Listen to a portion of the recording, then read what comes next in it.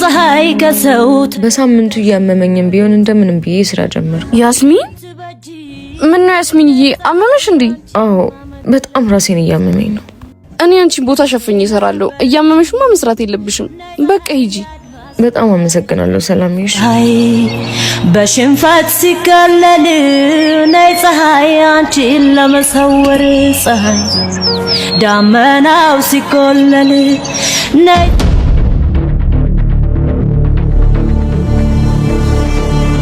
መንገድ ላይ እንደምንም ለመሄድ እየሞከርኩ ሳለሁ ካሊብን ከሌላ ሴት ጋር ሲሳታ ካሊብ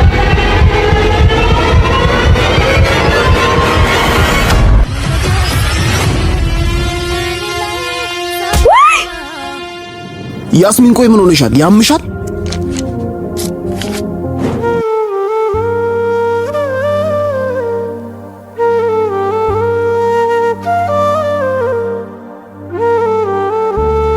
ቅድም ከማን ጋር ነበር እንደዛ ስስቄ ነበረው? ካሊብዬ ቅድም አብራ ስስቄ ነበረችው ማነች? ነይ ግቢ። እንዴ እኔ ፍቅር ምን ሆነሽብኝ ነው? በዚህ ሰዓት እዚህ ምን ታርጊያለሽ? ለምን አልደወልሽልኝም? አመመሽ እንዴ?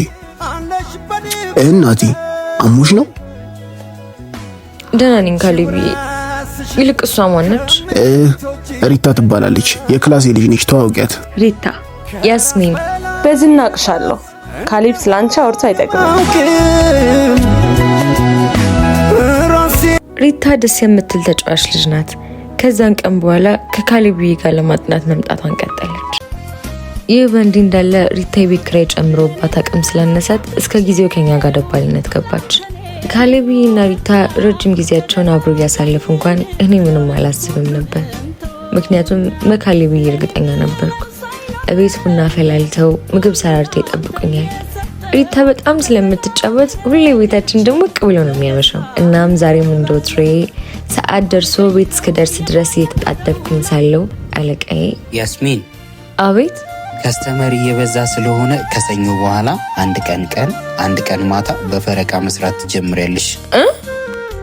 ፊደሌ ብልህስ መቼ አንተን ይገል እንዴ እኔ ፍቅር አይሆንም ጭራሽ ማታ።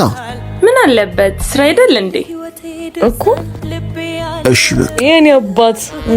በሰዓቱ በጣም ደስ ብሎኝ አቀፍኩት። ከዛ ግን እሷ ስትናገር ባንዴ መስማማቱ ጥርጣሬ ውስጥ ከተተኝ።